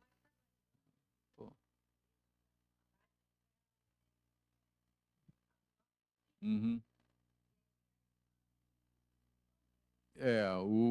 A gente tem uma dificuldade muito grande de fazer a captura de maneira programática, né, de fazer um programa para fazer o que a gente chama de raspagem da página, porque a Biblioteca Nacional estabeleceu umas etapas de validação. Se você é humano, se você não é humano, tem que responder para o computador. Se você é humano, é um inferno, né? Então, o computador me perguntando: você é humano? Sou. Então, assim, a gente chegamos nesse ponto. Tem que dizer para o computador que eu sou um homem. Eu sou humano, perdão. E aí, a questão do uso da hemeroteca ainda tem essa dificuldade. Teve um pesquisador que a gente conversou com ele há alguns anos, chamado Eric Brasil. Eric Brasil, na tese de doutorado dele, ele fez um aplicativo PYHDB. Era um aplicativo em Python, era um programa em Python que fazia raspagem das páginas da Biblioteca Nacional, né? E aí da hemeroteca digital. Ele fez esse aplicativo era bom para caramba, fazia raspagem da página e fazia download da imagem, né? Só que meteram um CAPTCHA lá. Agora eu não posso fazer isso porque o programa não consegue mais acessar, né? Então, houve outros problemas além disso, mas esse foi o principal. Então, assim, faz com que o trabalho continue sendo artesanal. A gente queria, na verdade, ter alguma coisa um pouco mais ágil para poder fazer isso, porque aí também a pesquisa ia andar muito, muito mais rápido, né? Mas não foi possível. É artesanal, tá? Então vai lá ver. Tem até dificuldade de encontrar pesquisador para fazer isso, porque não é um trabalho muito agradável você ler uma notícia do século XIX, né? Porque, além dos problemas de texto, né, você tem problemas históricos do que se descrevia naquela época, né? Então, as pessoas ficam até meio massacradas de ler um texto daquele ali, mas tudo pela ciência, né? E depois, bom, Ivana, na verdade, esse projeto, a professora Marta está lá, apesar de dizer que vai se aposentar, todo ano ela diz que vai se aposentar, já está aposentada, né, mas vai se aposentar definitivamente já estava lá na nossa disciplina, ela participou lá. Então, assim, ela continua desenvolvendo atividades, ela continua fazendo isso e investindo, porque eu acho que a chegada do FAIR trouxe para ela uma luz, assim, a chegada de você ver que aquilo que a gente estava falando, que o Duval estava comentando aqui, né, para além das teses e dissertações. Pô, é muito bacana você ter um conjunto de dados e botar na sua tese e publicar. Tem até eu acho que eu passei na época, tem um videozinho, são 3 videozinhos, são ursinhos, é um vídeo em inglês, de ursinhos comentando sobre o reuso de dados, né? E aí, a história são 3 vídeos, e cada vídeo tem 6 minutos. 18 minutos dos ursinhos tentando convencer a um determinado pesquisador que eu preciso dos seus dados, I need your data. Eu preciso dos seus dados, eu preciso dos seus dados. Aí a pessoa diz, não, o outro ursinho fala, não, meus dados estão no artigo. Não, no artigo tem lá o que a tua pesquisa, mas não tem os dados lá. Aí ele fala, então eu quero os seus dados. Está no artigo, é o tempo todo assim, eu quero os seus dados, está no artigo, está tudo no artigo. Não está. No artigo tem lá o processo, tem lá tudo, mas não tem os dados. Então,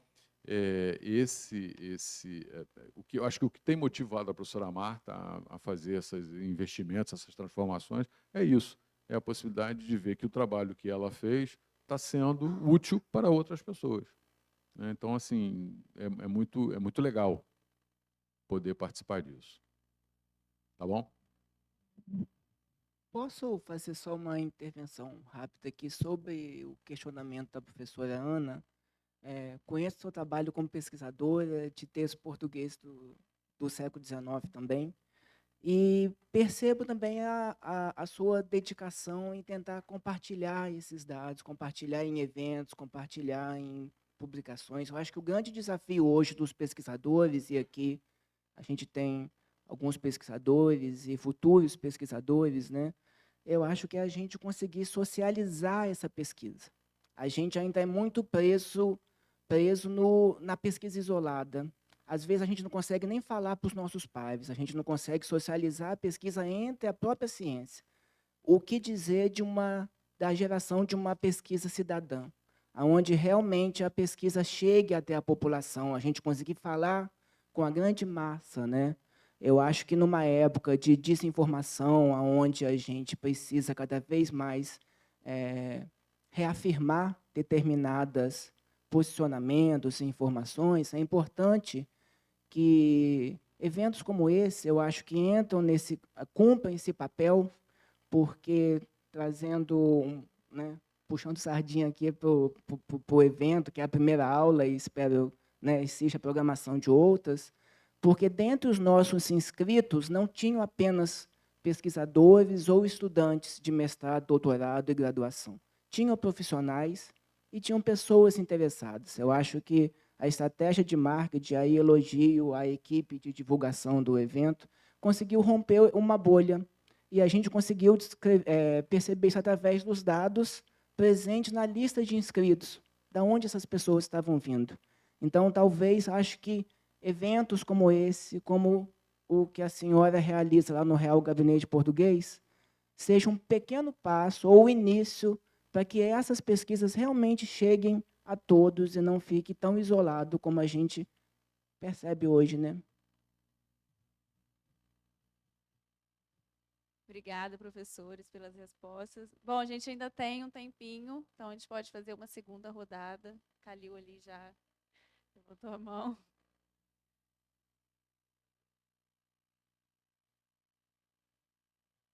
Boa noite a todos. Não pessoa Alberto Calil, sou professor aqui na Unirio, na Escola de Biblioteconomia e no PPGB. Cláudio, eu queria pensar contigo um pouco a questão da ciência aberta, né? Então, assim, partindo da experiência dos dois projetos que você apresentou e sob a perspectiva do reuso de dados, como é que você enxerga a adesão da comunidade à ciência aberta? E aí eu vou abrir um braço a partir da última fala do Durval, né?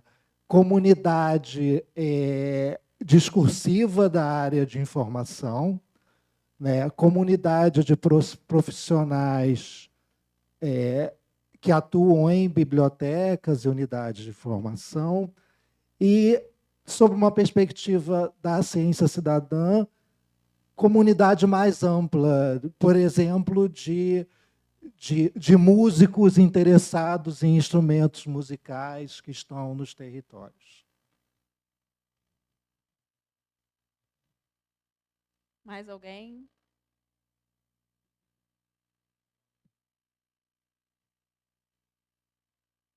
Boa noite, meu nome é Graziela.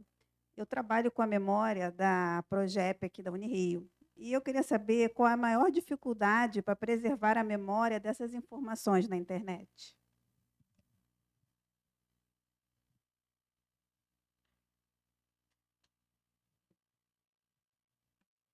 Boa noite a todos, eu sou Fernanda Vale, professora aqui também na Unirio. Eu ia fazer uma pergunta parecida, né, sobre os desafios e as limitações relacionadas à memória, porque quando a gente pensa no reuso de dados, a gente está tentando sanar uma dor que é justamente ter um histórico dessa fonte de informação que muitas vezes, como o Cláudio, né, falou, está ausente do trabalho. A gente tem o resultado, mas não tem o dado original até para fazer uma revisão, né, e conferir, validar, enfim, aquele resultado científico. Por outro lado, quais são esses desafios técnicos que podem afetar a memória, né? Assim, quais novas dores a gente precisa ter no nosso horizonte para sanar a partir dessa solução tecnológica que está tentando responder a um problema. Mas como a pergunta ali já foi também, né, nessa confluência, eu queria aproveitar para perguntar o seguinte, considerando que a gente tem aqui, né, alunos de graduação, iniciação científica, alunos de pós, de uma maneira bem didática mesmo, Cláudio, se você puder responder assim, temos um conjunto de dados, né? O que a gente tem que fazer? Não entendemos nada de tecnologia. O que a gente tem que fazer para depositar ou como a gente pode compartilhar os nossos dados, né? Quais são as etapas, quais são os passos, os procedimentos, enfim. É isso. Obrigada.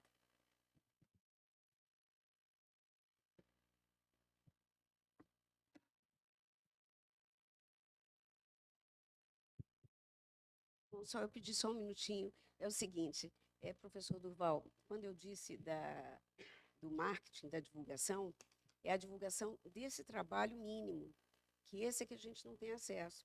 Eu tenho certeza que também não tem acesso, meu colega, do nosso acervo de hemeroteca no Real Gabinete, que muito pouca coisa foi digitalizado. Eu acho que essas informações é que nós precisamos trocar entre pares, entre interdisciplinares. É nesse sentido. Bom, vamos lá, então. Calil,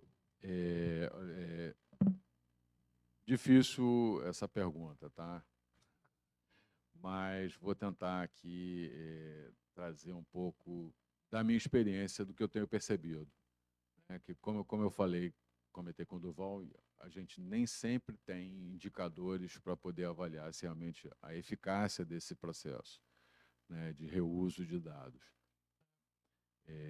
Depende de plataforma, depende de uma série de questões aí, e depende também dessa digamos assim, boa vontade dos pesquisadores, né? Então, a gente vê que, por exemplo, no campo da biblioteconomia, né, e da ciência da informação, há uma boa vontade muito grande de todos em fazer ciência aberta, em compartilhar dados, tá? Em outras áreas, a gente já não tem essa resposta tão imediata, né? Eu participo do GoFair. O GoFair é um movimento de implantação de FAIR, né? É um movimento mundial. Eu participo do GoFair Brasil, né? Aqui a gente tem o GoFair Brasil, conduzido pela professora Luana, que é da Unirio e também do PPGB e do IBICT. E o GoFair tem iniciativas. Eu tenho uma iniciativa na saúde, uma iniciativa na enfermagem, uma iniciativa nas ciências, que chama de humanidades digitais, né? Tem várias iniciativas de GoFair para promover esse compartilhamento, né? Eu não consigo relacionar muitos resultados de todas essas redes.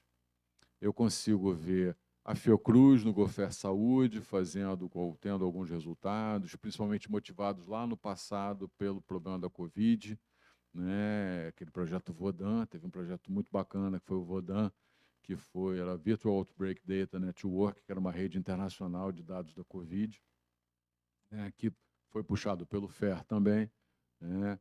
Então, assim, a Fiocruz tem muitos resultados a partir dessas iniciativas, né? Enfermagem, com a professora Simone, tem feito alguns esforços aí também de compartilhamento na área de enfermagem, né? O pessoal tem o GoFair Agrícola, né, que é o GoFair Agro, que é o pessoal da Embrapa que puxa, que também tem alguns resultados apropriados. Eu sempre falo com uma certa reserva desses resultados, porque a gente ouve falar, mas quando a gente vai nos eventos, aparecem alguns resultados. Não vou criar nenhum tipo de qualificação ou quantificação de resultados, para não também gerar problema, tá? Mas aparecem resultados. Mas eu sinto realmente que a adesão não é a adesão que lá em 2017, né, o Wilkerson pensava, né, que foi a primeira resposta de FAIR para o mundo, que veio daquela publicação do Wilkerson et al. O Luiz Bonino era o et al. Do grupo, estava lá no et al. Tá? Então, assim, não há não há uma adesão muito eficaz ainda. A gente acha que tem um pouco de comportamento, tem um pouco de ausência de infraestrutura, né, que eu acho que a gente cola um pouco com essa segunda colocação da Graziella, né, da questão da infraestrutura para fazer essa publicação. Mas, só finalizando lá, Alberto, a questão, por exemplo, dos músicos, né, a área dela é musicologia, né, é o estudo da música. Então, assim, ela está numa parte mais... Não é o músico que está ali com ela. Ela até tem vários músicos. Ontem eu estava lá, entrou um lá, o cara entrou com o violão nas costas e tal. E é muito bacana, né? Toca ali, toca aqui, a música aqui, é muito bacana lá. Mas eu não sei realmente se no cotidiano do músico, se alguém da pesquisa está preocupado em fazer isso. Ela está preocupada porque ela é das notícias, né? Ela tem uma influência da ciência da informação também. Então, assim, acho que... Mas tá difícil, tá difícil. Esse processo de compartilhamento ainda está difícil. E aí, retornando para a pergunta da Graziella, Graziella, né? Desculpe.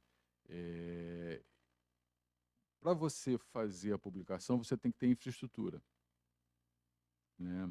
Você é da Progep, você sabe muito bem, você é da Unirio, não é nem da Progep.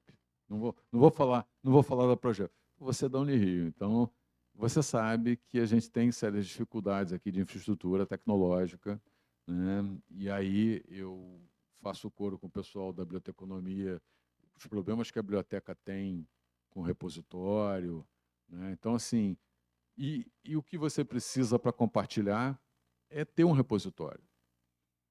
A gente não tem. O Horus, em 2018 ou 2019, eu participei de um grupo que escreveu a política de compartilhamento de dados da Unirio, em 2019. Não tinha universidade nenhuma falando em compartilhamento de dados, né? A Unirio, em 2019, escreveu uma política de compartilhamento de dados. E a gente botou na política de compartilhamento de dados que a Unirio ia ter uma instância para armazenamento de dados chamado Data Horus. O Horus é o repositório da Unirio, de publicações. A gente estava criando uma instância chamada Data Horus. Está escrito lá, se você for olhar e pesquisar na política de compartilhamento de dados da Unirio, está lá, 2019. Nenhuma universidade tinha escrito isso ainda, e a gente já tinha escrito a nossa. De lá para cá, o que aconteceu? Nem o Horus está. Imagina o Data Horus. A minha tentativa com o SECAM foi tentar trazer uma ferramenta que já está na Unirio. Então, por exemplo, se você, na Progep, quiser publicar dados FAIR, padrão FAIR, no SECAM da Unirio, você consegue. Eu consegui, botei lá, pendurei. Os dados de música estão pendurados lá. Só que o SECAM está tão desatualizado, está com tantos problemas de infraestrutura, que vai dar mais trabalho botar lá do que tentar botar em outro lugar.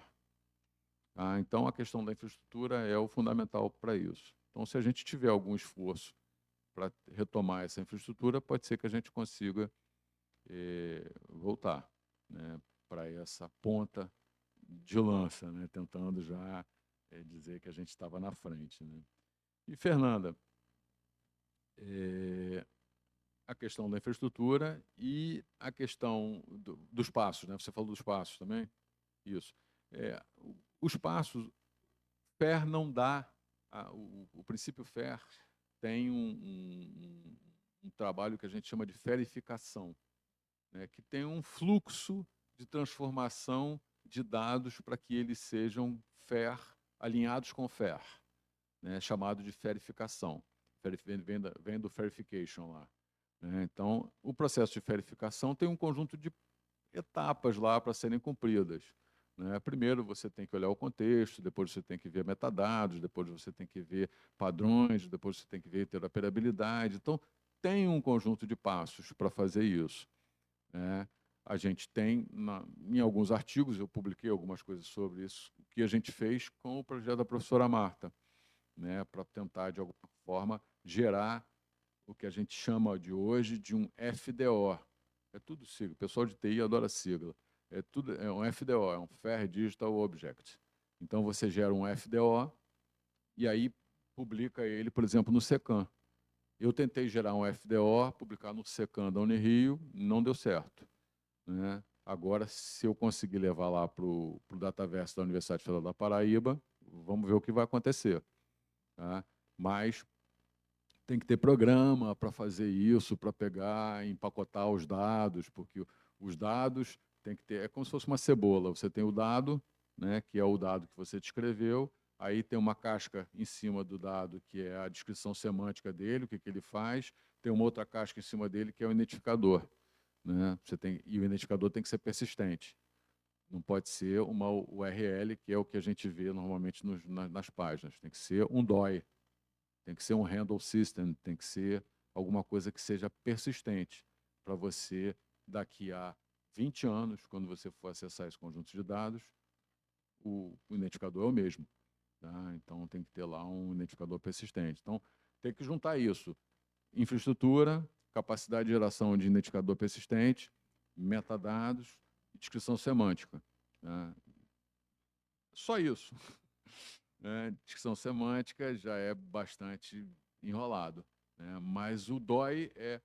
Eu conversei com o pessoal da Fiocruz, a Fiocruz fez uma parceria com o DOI, porque o DOI custa caro. Né? Então, eles têm lá um esquema de que eles têm um DOI raiz, e aí paga um X lá pelo DOI raiz, e aí eles conseguem gerar DOIs a partir daquele DOI raiz. E aí isso baixou o custo, entendeu? Porque o DOI raiz tem um custo, e não sei exatamente como é que é, eu perguntei para a Viviane lá da Fiocruz, ela falou que ia mandar para mim, mas não mandou, enfim, não tem nada publicado sobre isso, mas eles fizeram. Eu, no ano passado, eu fiz com o meu bolsista de iniciação científica, que era um cara aqui da TI, né? A gente ele montou uma arquitetura com 3 modelos de identificação para objetos de dados, né? Para tentar contornar um pouco essa questão do custo. Porque se você tem um DOI para identificar um conjunto de dados, é melhor você fazer um conjuntão de dados, porque aí você identifica o conjuntão todo com um DOI só. Agora, se você quiser fazer uma coisa mais detalhada, dados mais atômicos, digamos assim, você precisa de ter vários DOIs. Aí a gente fez um esquema de encadeamento de DOI, né? Para ter só um DOI e uma lista encadeada de identificadores. Então, é infraestrutura, é semântica, né? E essa coisa do identificador. Tá? Basicamente, só isso. Tudo bem?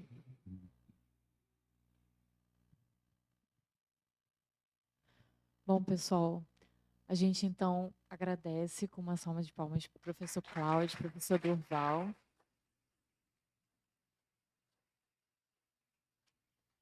Muito obrigada, professores. Enfim, essa é a primeira aula. A gente tem na sequência, no grupo de pesquisa, no dia, acho que vai ser esse dia mesmo, a gente está confirmando, o dia 19 de junho, que a gente vai ter a presença do Júlio César, que é um professor da área de psicologia da PUC, com Virgílio Malgade, que é doutor pela Fiocruz, e eles vão trabalhar o tema da memória pensando ancestralidade samba, né? E essa mediação vai ser feita pelo Guilherme Fani e pelo André Valim, que são integrantes do grupo de pesquisa.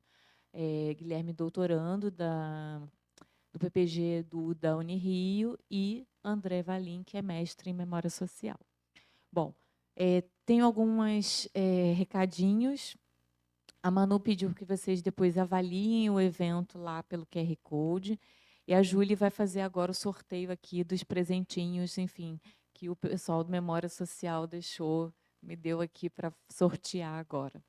Então, é no número de inscrição do forms que vocês preencheram.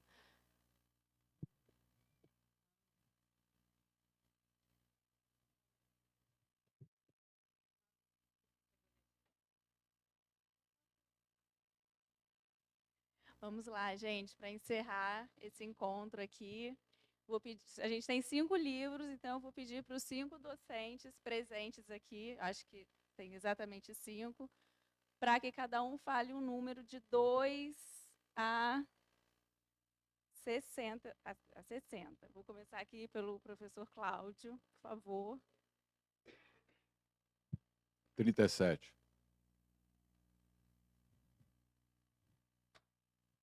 Maria Beatriz Fonseca. Ah, pode vir aqui.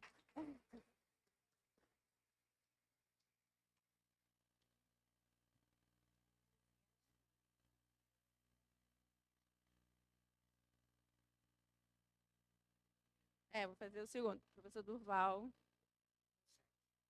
7. Maria do Carmo.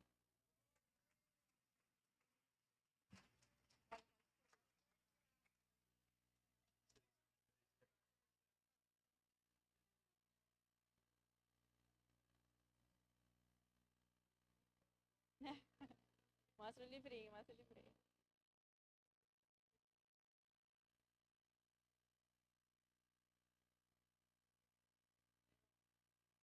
Número 11. Daniela Beatriz Ferreira.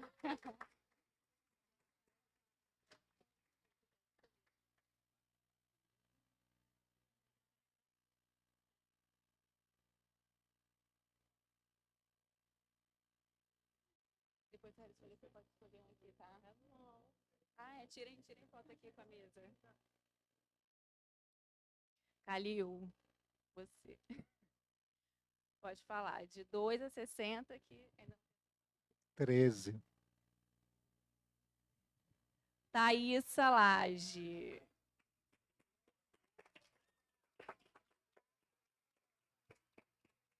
Professora Fernanda.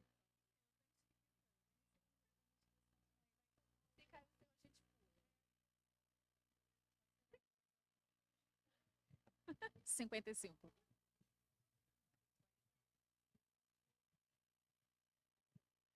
Açucena Costa Lima.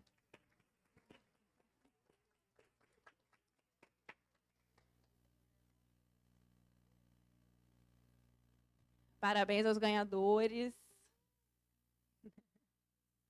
O buffet está servido já, Daniela?